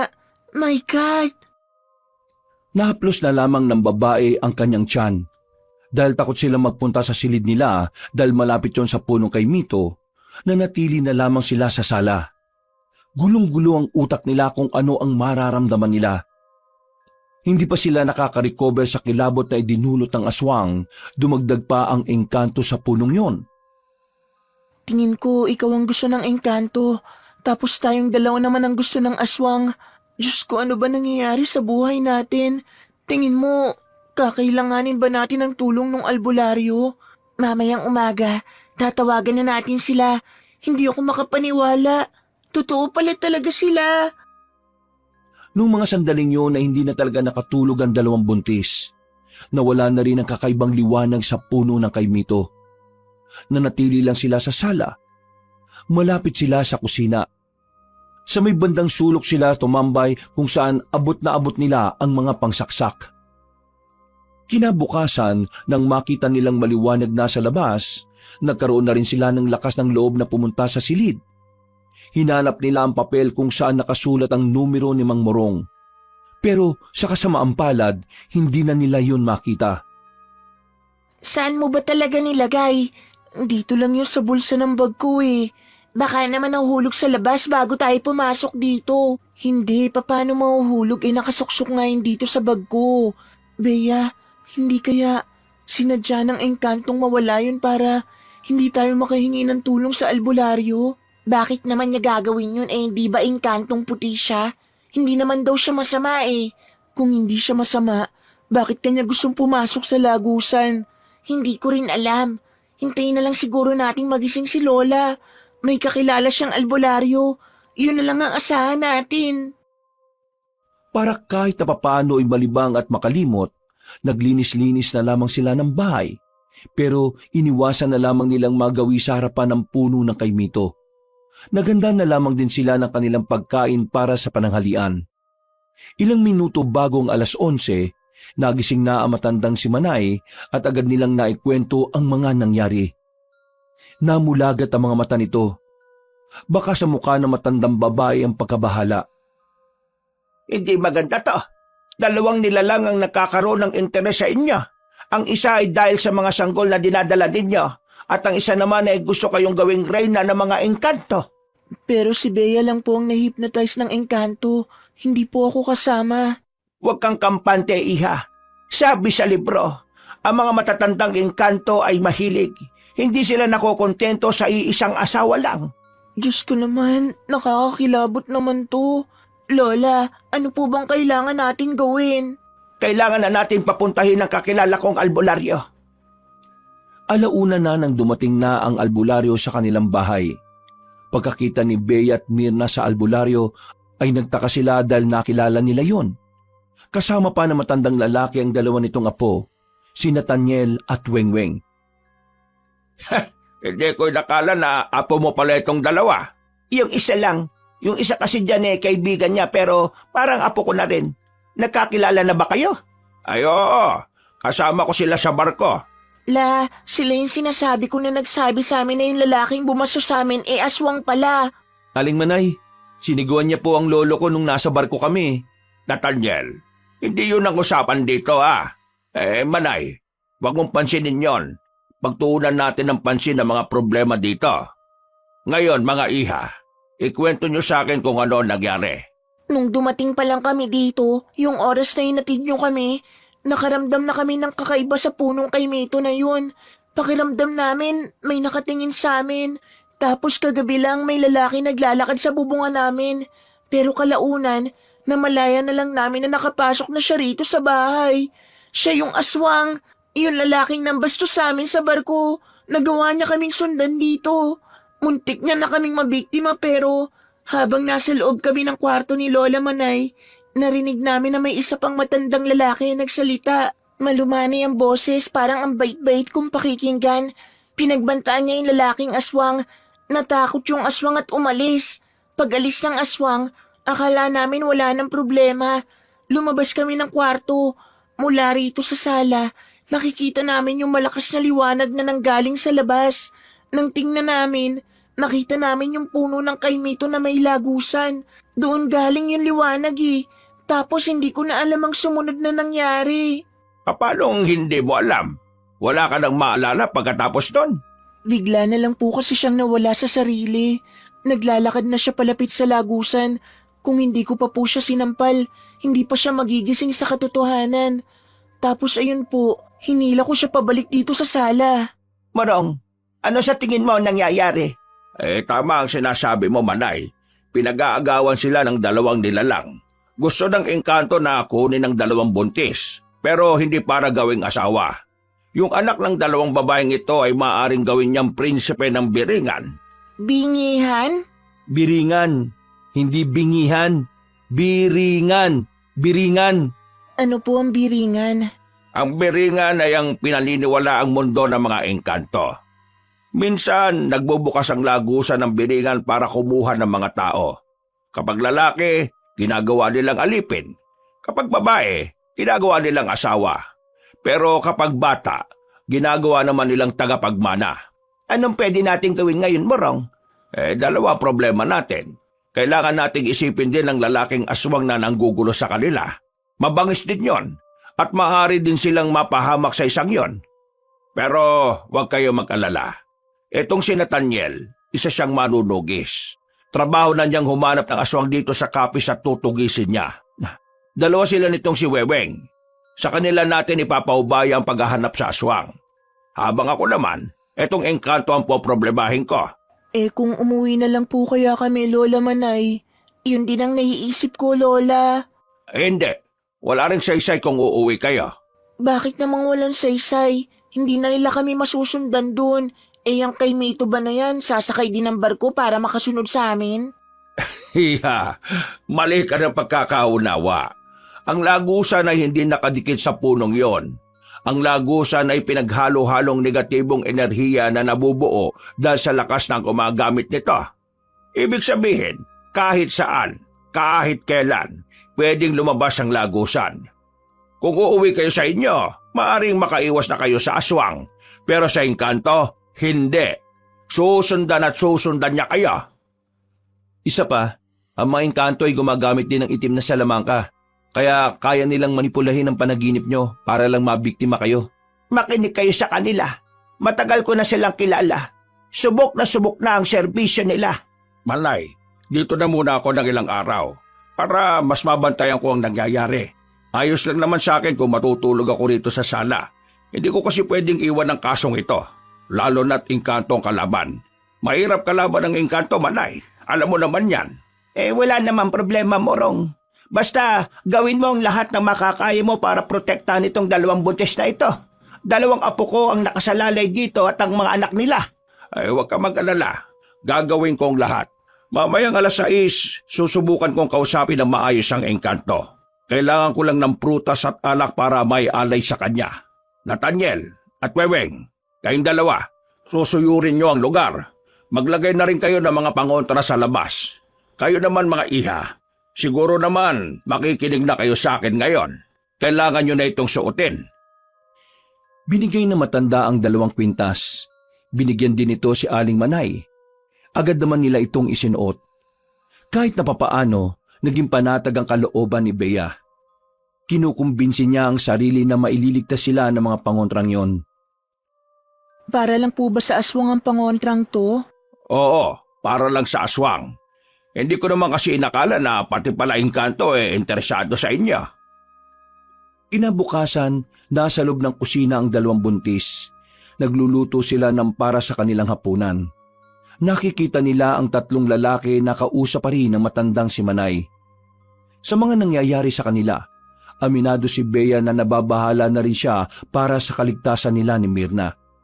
Lalong-lalo na ang kaligtasan ng kanilang anak. Tingin ko kasalanan ko ang lahat ng to. Bakit mo naman naging kasalanan? Kung ano-ano na namang iniisip mo. Kung hindi tayo nagpunta rito, wala sanang aswang, wala sanang engkanto. Nadamay ka pa. Ano ka ba naman? Choice ko naman na sumama sa'yo. Isa pa, wala namang may gusto nang nangyayari. Lahat tayo hindi alam na mangyayari to. Pero hindi mo pa rin maikakaila na dahil sa pagpunta natin dito, nalagay ang buhay natin sa alanganin. Pambihira naman kasi. Wala naman kasi yung kay Mito na yan nung bata pa ako eh. Bata ka pa nun, Beatrice. 30 ka na ngayon. Ang tagal na nung huli ka nakarating dito. Kumusta naman ang tiyan mo? Tingin ko malakas ang anak ko. Sa lahat ng stress na dinadanas natin ngayon, ayos na ayos lang siya. Mas nakaka-stress pa yata to kaysa sa mga asawa natin eh. Naku, malalagpasan din natin to. Ikaw, kumusta ka naman at ang baby mo dyan sa tummy mo? May time na galaw siya ng galaw, nararamdaman niya yata na may nangyayaring hindi maganda. Hinawakan na lamang ni Mirna ang kanyang kamay at ngumiti ng malapad. Kahit na papaano ay gumaan na rin ang pakiramdam ng babae. Makalipas lang ang ilang oras ay sumapit na rin ang 6:00 ng gabi. Umalis na ang 2 binata para hanapin ang aswang, habang si Mang Morong naman ay pinuntahan na ang harapan ng punong kay Mito. Dala-dala nito ang pagkain na niluto ng 2 buntis. Lola, magiging epektibo po kaya kung kakausapin niya yung engkanto? Yan ang hindi natin alam. Pero susubukan na lang natin. Baka lang makuha sa ganyan. Ayos lang po ba siya? Hindi po ba siya mapapahamak? Matagal na niyang ginagawa yan. Sanay na siya sa ganyan, kaya huwag niyo siyang alalahanin. Eh, yung dalawa niyang apo, ayos lang kaya sila? Si Nathaniel, lihitimong pumapatay ng aswang yon. Kilala yon sa kabilang baryo kasi nung nakaraan, may pinatay siyang isang aswang. Tik-tik yata yun o wak-wak. Basta ganon. Biyasa yon si Nathaniel. Isa pa, dalawa naman sila ni Weweng. Lumabas sila ng sala. Sumilip sila kay Mang Morong. Nakita nilang nagsasalita na ang matandang lalaki. Sinisimulan na kasi nito ang makipag-ugnayan sa engkanto. Maya-maya lang din, nakita nilang napatayo na si Mang Morong. Nanlaki ang kanilang mga mata nang makitang may kumikislap sa katawan ng puno. Hindi na nagsayang ng sandali si Mang Morong. Agad itong umalis doon. Morong, yung ilong mo dumurugo. Ano pong nangyari? Nakausap niyo po ba? Oo, nakausap ko. Lalayuan niya na ba kami? Hindi siya lalayo. Nagalit siya. Nagalit siya sa akin. Ang sabi niya wag daw akong makialam. Kailangan niya raw ang dalawang tagapagmana, kaya yung mga anak ninyo, yun ang punteriya niya. Diyos ko naman. Manay, mukhang hindi siya madaraan sa mabuting usapan kaya kailangan ko na rin gumamit ng kapangyarihan. Ha? Teka, ikaw? May kapangyarihan? Ano ba to? Nasa pelikula ba tayo? May kapangyarihan din ang mga albularyo? Iha, meron kaming tinatawag na anting-anting. Ang anting-anting ay nagtataglay ng iba't ibang kapangyarihan. Depende kung anong abilidad nito. Kailangan ko na itong gamitin. Malakas ang engkanto. Gumagamit ng itim na kapangyarihan. Kaya tatapatan ko siya ng kapangyarihan na sa liwanag. Hindi ko po alam ang mga sinasabi niyo pero gawin niyo po ang lahat. Hindi ko kayang mawala ang anak ko. Ako rin, hindi ko kakayanin kapag may nangyaring masama sa anak ko. Huwag kayo mag-alala. Akong bahala. Sige na, pumasok na kayo sa loob. Huwag kayong aalis ng bahay hanggat hindi ko sinasabi ha. Naiintindihan niyo ba ako? Naiintindihan po namin. Bumalik na sila sa loob ng bahay. Ang matandang si Mang Morong naman ay nasa labas lang. Inihahanda ang sinasabi nitong anting-anting. Napapalunok na lamang ng laway si Bea sa mga pagkakataong yon. Kinakabahan siya. Nababahala sa maaaring mangyari. Muli, ipinagdasal na lamang niya sa Diyos na sana walang mangyaring masama sa matanda. Ganon din sa dalawang binata na si Nathaniel at si Weweng. Ano pong ginagawa ni Mang Morong? Hindi ko rin alam. Pero palagay ko, nagri-ritual siya. Ritual? Oo, ritual. Ang ritual ginagawa ng mga kagaya niya. Sabi nila, nakakatulong daw yan sa maraming bagay, lalo na sa pakikipaglaban nila sa mga kakaibang nilalang. Maya-maya ay biglang may kumatok sa pintuan. Nathaniel, Weweng, anong balita? Napas lang niyo na ba ang aswang na yon? Hindi pa nga eh. Hindi namin siya mahanap. Hindi rin naman gumagana ang langis ng lana. Hindi ko alam kung bakit lo eh. Paano hindi gumagana? Malabnaw siya. Sige, dumito na muna kayo. Nararamdaman ko yung engkanto. Gagawa na siya ng paraan para makuha yung gusto niya. Kaya makinig kayo lahat sa akin. Kapag hindi ko kinaya ngayong gabi, aalis muna tayo sa bahay na ito. Akala ko ba masusundan niya rin tayo kahit saan? Pero mas malakas siya rito sa lugar na ito dahil dito ang pinakalagusan niya patungo sa Biringan. Aling Manay, mawalang galang na po pero saan ba nagmula yung engkanto na yan? Noong nakaraang taon lang naman biglang nagkaroon ng nilalang sa punong yan. Kasi nitong nakaraan, balak na naming ipaputol yan eh. Ang kaso, yung mga magpuputol sana, sinabi nila na may naninirahan daw sa punong yon. Kaya yun, hinayaan namin. Ang sabi naman nila, engkantong puti raw. Hindi siya engkantong puti. Nagpapanggap lamang siyang mabuti para mas madaling lumapit ang mga tao sa kanya at para maging kampante rin ng mga nasa paligid. Kayong dalawang buntis, pumasok kayo sa loob ng silid ng lola ninyo. Manay, doon na muna kayo. Nararamdaman ko palabas na siya ulit. Hindi ko na maintindihan kung sino ba talaga ang kalaban natin dito. Naguguluhan na ang utak ko. Bea, dalawa nga ang problema natin dito. Yung aswang at yung engkanto. Isipin nyo na lang na ganun kayo kaganda. Pinagkakagulan kayo ng dalawang magkaibang nilalang. Lola naman, hindi naman po ito yung tamang pagkakataon para magbiro ng ganyan. Pinagagaan ko lang naman ang pakiramdam ninyo. Pues hindi siya gumaan. Uy, Bea, lola mo yan. Hindi, ayos lang Mirna, hayaan mo siya. Natigilan ng kanilang pag-uusap nang makarinig sila ng malakas na kalabog. Kasunod noon ay ang pagsigaw ni Mang Morong. Aling Manay! Lumabas kayo dyan! Aalis tayo ngayon! Nagulat sila nang makita nila si Mang Morong na may dugo na naman sa ilong. Inaalalayan lang ito ng lalaking si Weweng. Diyos ko, anong nangyari? Mamaya na ako magpapaliwanag. Tara na, umalis na tayo habang naisara ko pa ang lagusan niya. Kahit na buntis ay naunang tumakbo palabas ng bahay si Bea at Mirna. Sumakay na kaagad sila ng van. Bago sila umalis, nakita pa nila ang matandang lalaki na nagliliwanag. Nakatayo lang yun sa gilid ng puno at parang may pumipigil doon na makaalis. Weweng, ingat sa pagmamaneho ha. Baka mamaya sabay-sabay tayong mamatay. Wala kang dapat ipaglalalo. Biyasa yata ito.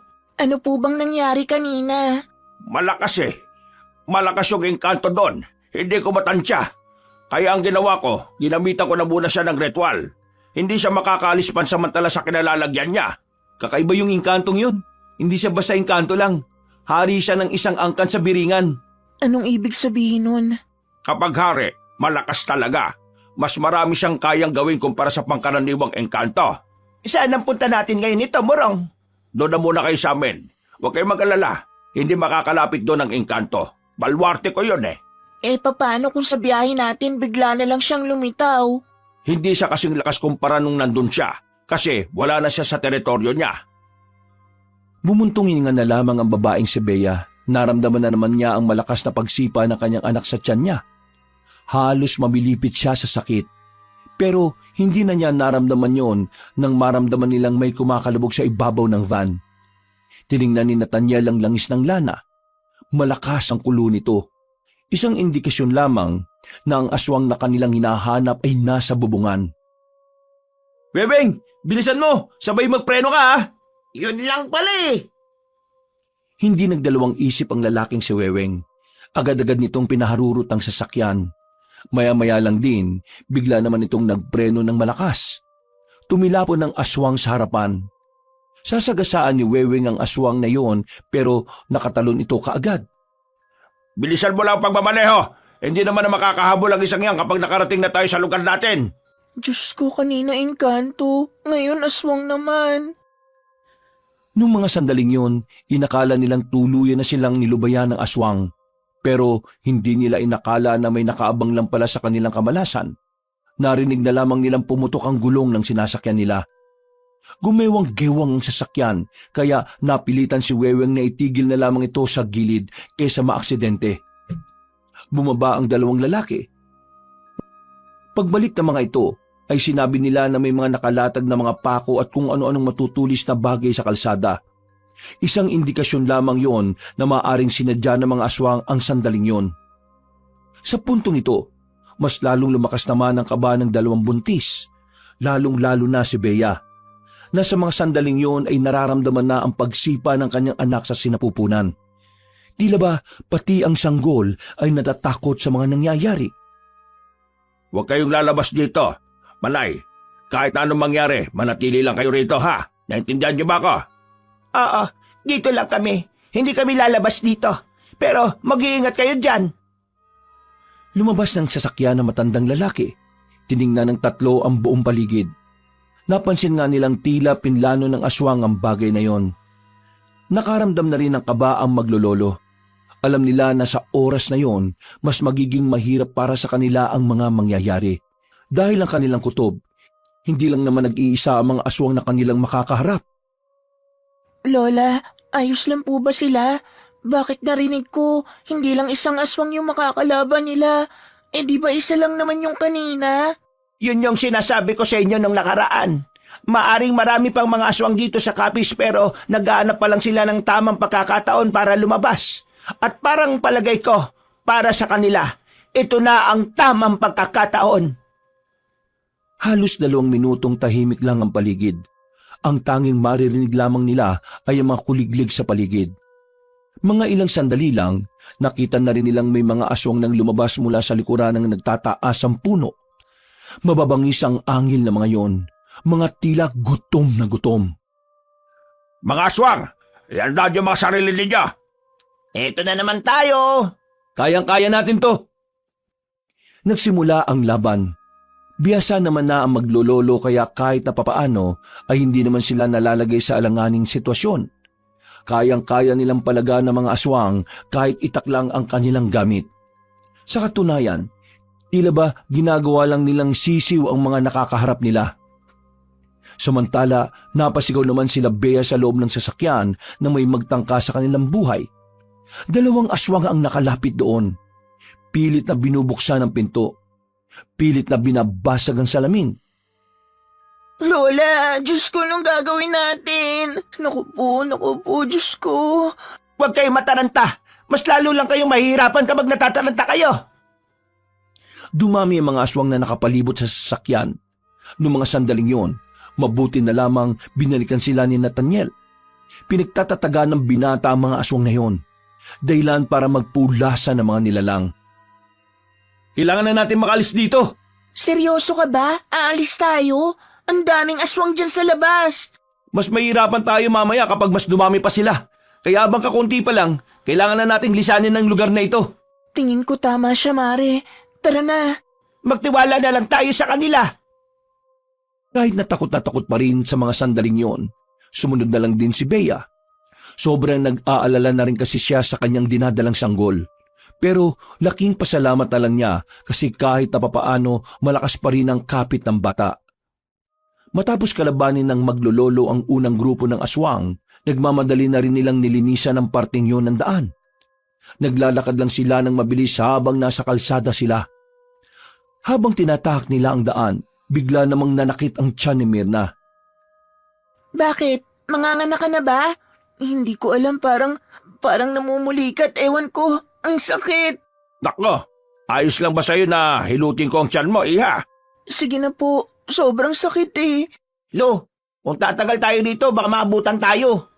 Sasaglitin lang natin.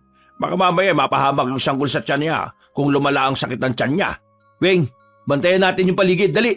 Ang sakit, Diyos ko, ang sakit. Umalma ka lang, iha. Naninigas lang ang tiyan mo pero hindi ka pa manganganak. Mang Murong, dahan-dahan lang ah. Baka kung anong mangyari sa kaibigan ko. Huwag ka magkalala. Kawain ko rin naman to eh. Kasama ito sa pag-aalbularyo ko. Habang inihilot ni Mang Morong ang tiyan ng babaeng si Mirna, bigla na lamang silang nakarinig ng mga angil na nanggagaling sa kagubatan. Lalong nataranta si Mirna. Pag mo silang intindihin, kailangan mong kumalma. Mas tumitigas ang tiyan mo kapag masyado kang tensyonado eh. Sige na, iha. Isipin mo ang anak mo. Kumalma ka. Maging relax ka. Kahit na nararamdaman na nilang papalapit na ng papalapit ang mga aswang, pinilit na lamang din ni Mirna na ikalma ang kanyang sarili. Nang mawala na rin ng bahagya ang sakit ng kanyang tiyan, ay binuhat na ito ni Weweng at nagtago sila sa likuran ng halamanan. Weweng, bantayan mo silang tatlo ha. Kami nang bahala ni Tanyel sa mga aswang. Kapelo! Ilang sandali lang, nakita nilang dumating na rin ang mga aswang. Hindi nagdalawang isip pa ang maglolong Murong at Nathaniel. Lumabas na rin sila sa kanilang pinagtataguan. Sa puntong yon, nakausap na rin nila ang lalaking aswang. Ang lalaking tila pinuno ng mga aswang na yon. Huwag kayong makialam dito! Hindi kayo kasali rito! Ano pinagsasabi mong hindi kasali? Kontra na kami sa inyo kahit na hindi pa namin sila kilala. Kaya kasali kami rito. Kung ayaw niyong mapahamak, hayaan niyo makuha ko yung 2 buntis. Umalis kayo sa daraanan ko. Sa tingin mo, haharap kami rito kung takot kaming mapahamak, iha. Huwag mo akong tinatawag na iho. Hindi ako bata. Tignan mo, ako ang pinuno nila, oh. Wala akong pangalam kung sino pa ang pinuno ninyo. Basta ngayong gabi, tutugisin namin kayo. Kakampi niyo ba ang inkantong nasa bahay nila? Sinasabi ko na nga ba eh, pinagtutulungan niyo ako eh. Kakampi, pareho lang kayong kampo ng kadiliman eh. Kaya bakit kami kakampi sa inyo? Pareho namin kayong papaslangin lang hindi na kayo makapanggulo pa ng ibang tao. Hoy, tanda! Sinasabi ko sa'yo, umalis ka sa daraanan ko. Huwag ka nang makialam. Baka rayumahin ka pa. Abisado ko na ang ugali ng mga aswang na madadaldal. Ang mga kagaya mong matalak, mahihina. Yung mga sinasabi mo, kami dapat ang nagsasabi niyan eh.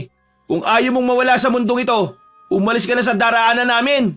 Masyado ko'y matatapang ah. Akala niyo siguro siya mambuhay niyo ano? Pwes, wala akong pakialam. Mamamatay kayo ngayong gabi. Nung mga sandaling yon, ay nakita na lamang nilang nagbabago na ang anyo ng lalaki.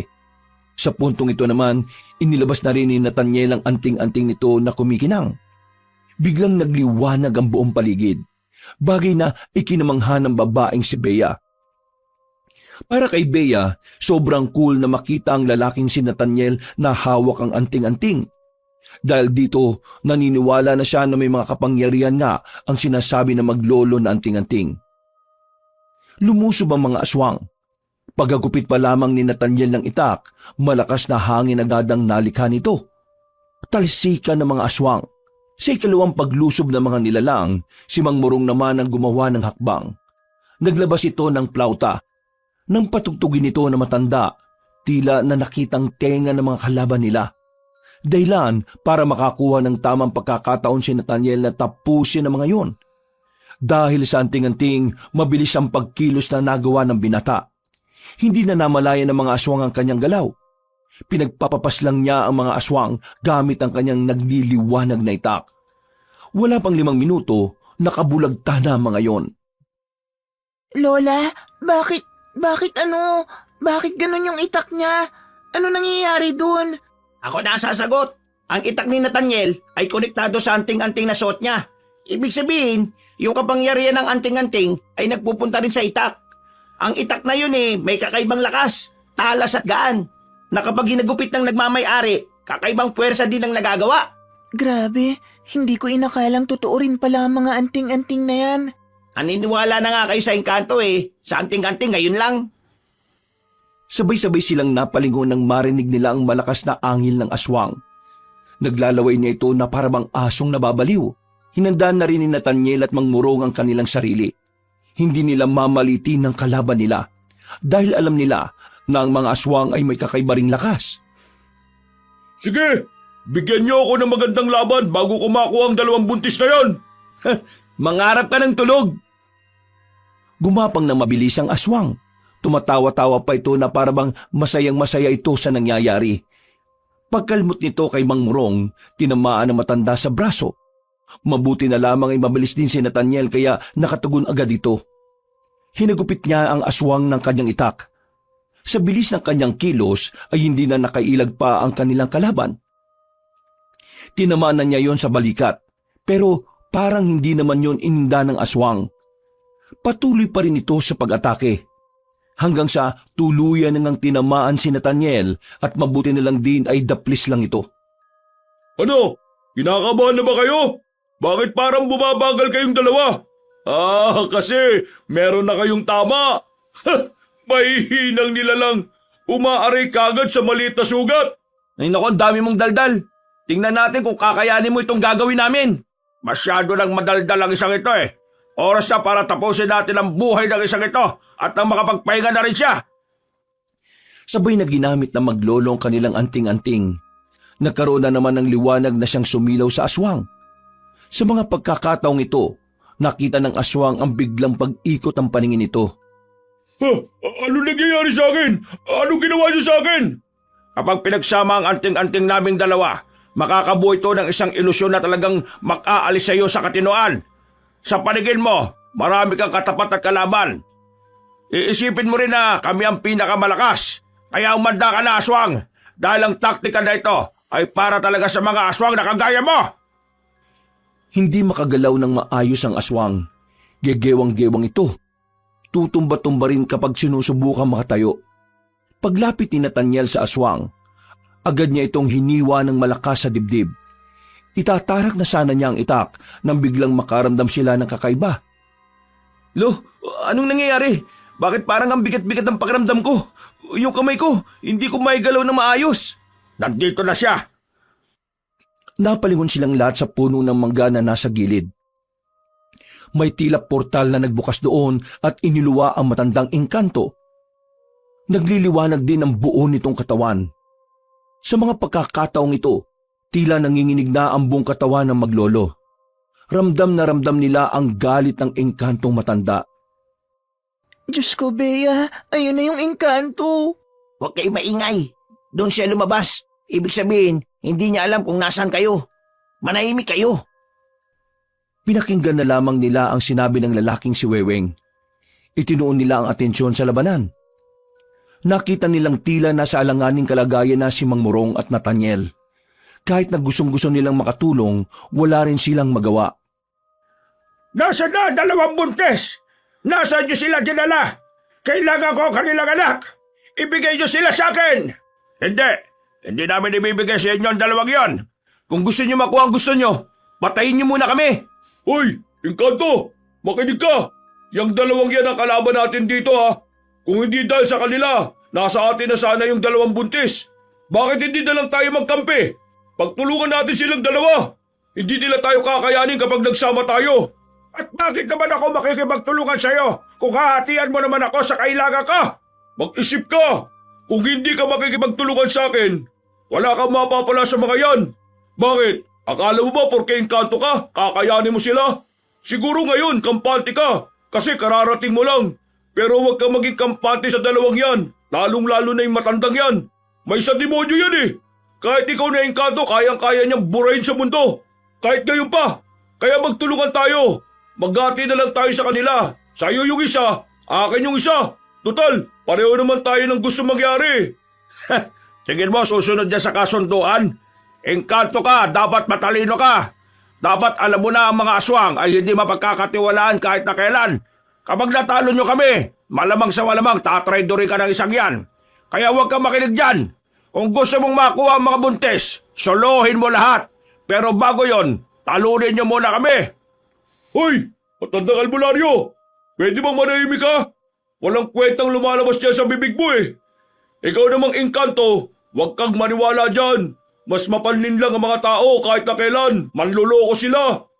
Tingnan mo nga yung lipunan nila. Ang daming babaero at manluloko. Ang daming magnanakaw. Ang daming kurakot. Lahat ng mga yan manluloko.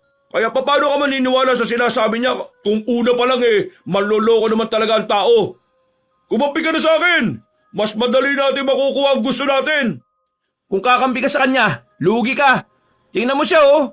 Nangihina na siya. Wala nang mayambag yan sa laban. Ikaw na lang lahat ng gagawa para matalo kami.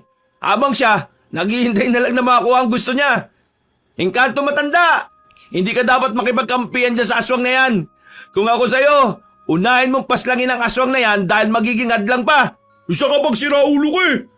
Nilalason yung utak ng Engkantong yan eh. Sa akin ka makinig, Engkanto. Nililinlang ka lang nila ngayon. Bakit ako makikinig sa inyong tatlo? May sarili akong layunin kung bakit ko ito ginagawa. Kaya ikaw, aswang, kayong dalawang manunugis at albularyo, sabay-sabay ko kayong papaslagin. Sabay-sabay ko kayong ibabaw sa lupa. Aangkinin ko ang dalawang buntis at ako ang magiging ama ng kanilang mga dinadalang sanggol. Nathaniel, yanda mo sarili mo. Malalang kalaban tong Engkanto na to. Humanda na kayong tatlo. Magsasabay-sabay ko kayo. Biglang dumilim ang paningin ng maglolo. Naramdaman na lamang nila na nasa gilidan nila ang matandang Engkanto. Sa hindi malamang dahilan, biglang naramdaman nila ang suntok nito sa kanilang tagiliran. Hindi yun sobrang lakas, pero yung epekto nito sa kanilang katawan ay mabigat. Naramdaman nilang parang bigla na lamang may nakapasan sa balikat nila. Nag-init din ang kanilang katawan. Yan! Ganyan nga! Parusahan mo sila! Lo, tayo lang inaano niya. Mukhang magkakampihan silang dalawa. Nako, naloko na talaga. Kayong dalawa ang pinakamahirap kong kalaban. Kayo ang mas kailangan kong iligpit dahil mas marami kayong alam kung paano ako pipigilan.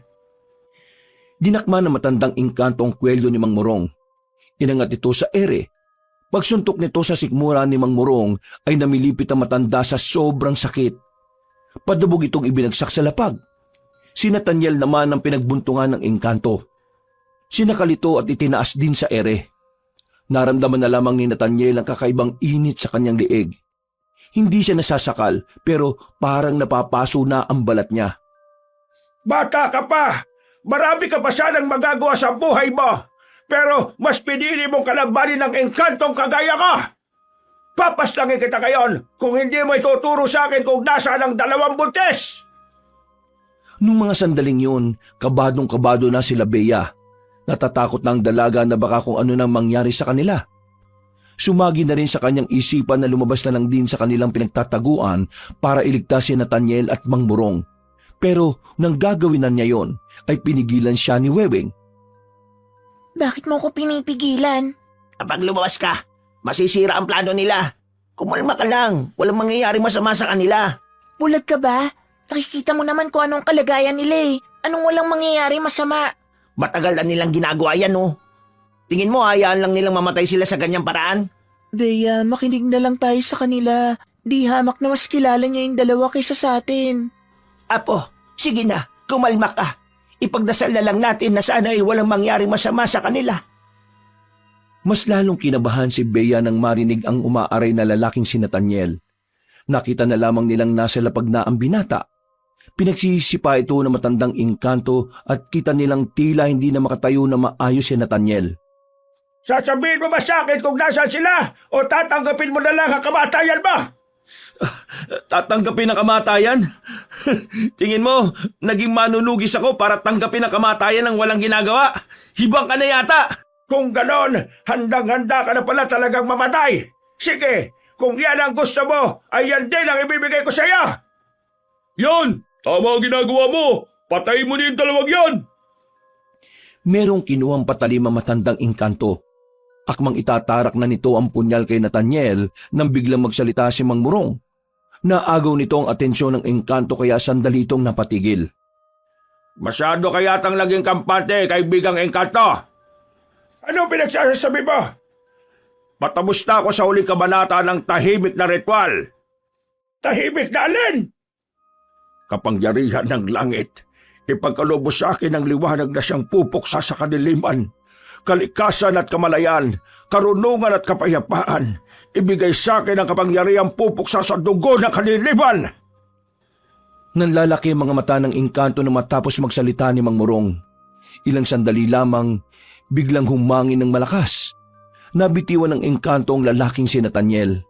Sa lakas ng hangin, parang tinatangay na rin ito. Nagkasundo ang langit at lupa upang ang kagaya mong kampo ng kasamaan ay mawala na sa mundong ito. Hindi ka na makakabalik sa iyong pinagmulan dahil mawawala ka na ng tuluyan. Tatangkain pa sana ng engkanto na makabalik sa lagusan pero laking gulat nito nang bigla na lamang nawala yon. Sa puntong ito, kinabahan na ito at sinubukan ng makaatake sa maglolo. Pero biglang humarang si Nathaniel. Takang-taka ang engkanto dahil tila biglang lumakasulit ang lalaki.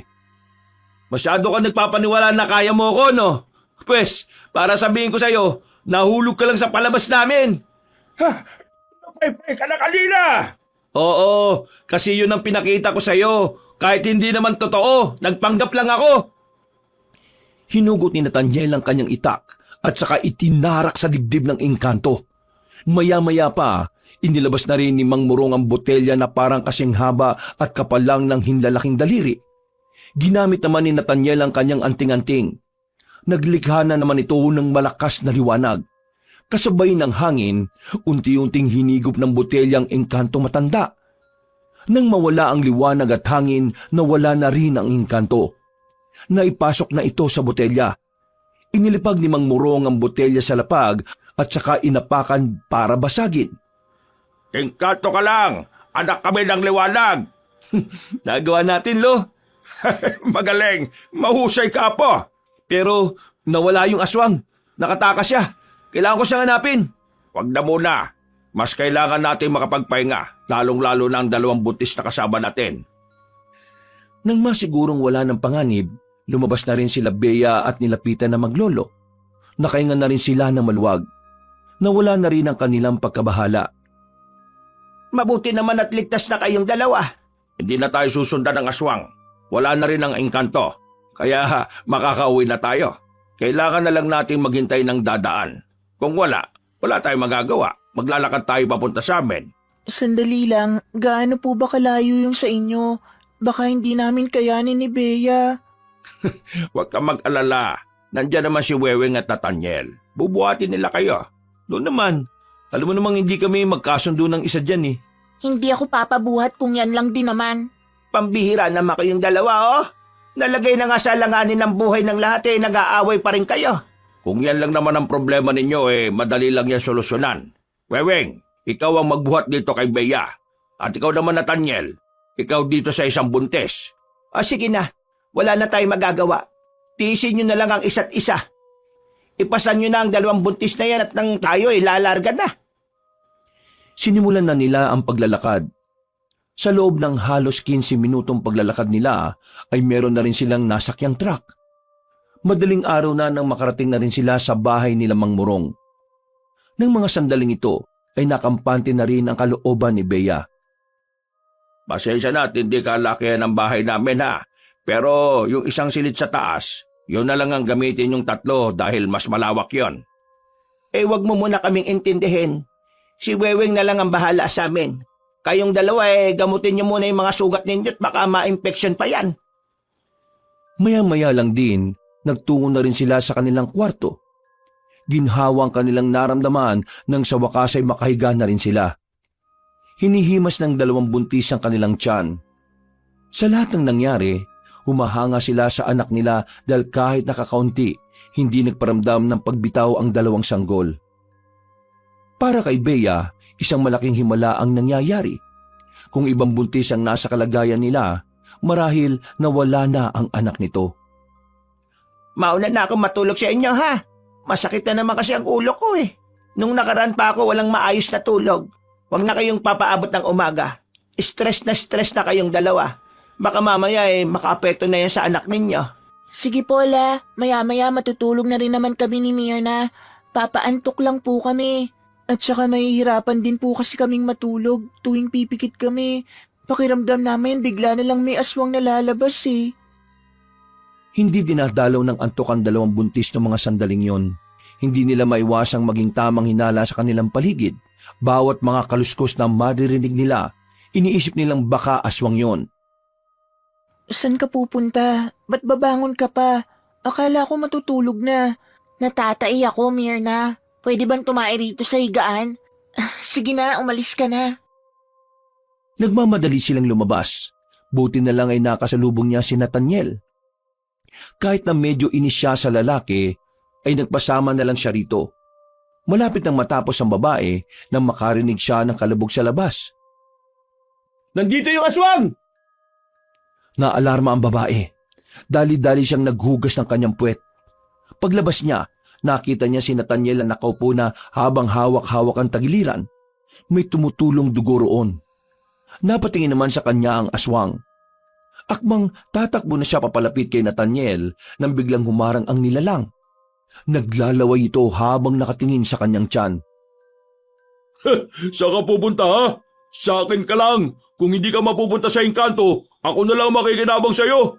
Ang pangit mo! Sana kinain ka na lang ng pating sa barko! Akmang dadakmay na ng aswang ang babaeng si Bea nang biglang dumating na si Mang Murong.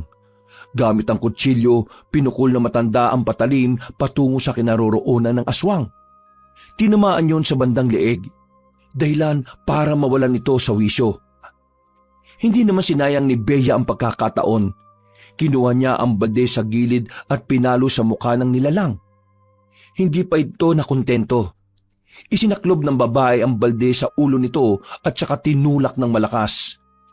Nang matumba ang aswang, ay dali-dali namang lumapit si Mang Murong. Dala-dala ang itak, itinarak nito ang patalim sa dibdib ng aswang. Sa puntong ito, unti-unti nang nalagutan ng hininga ang lalaki.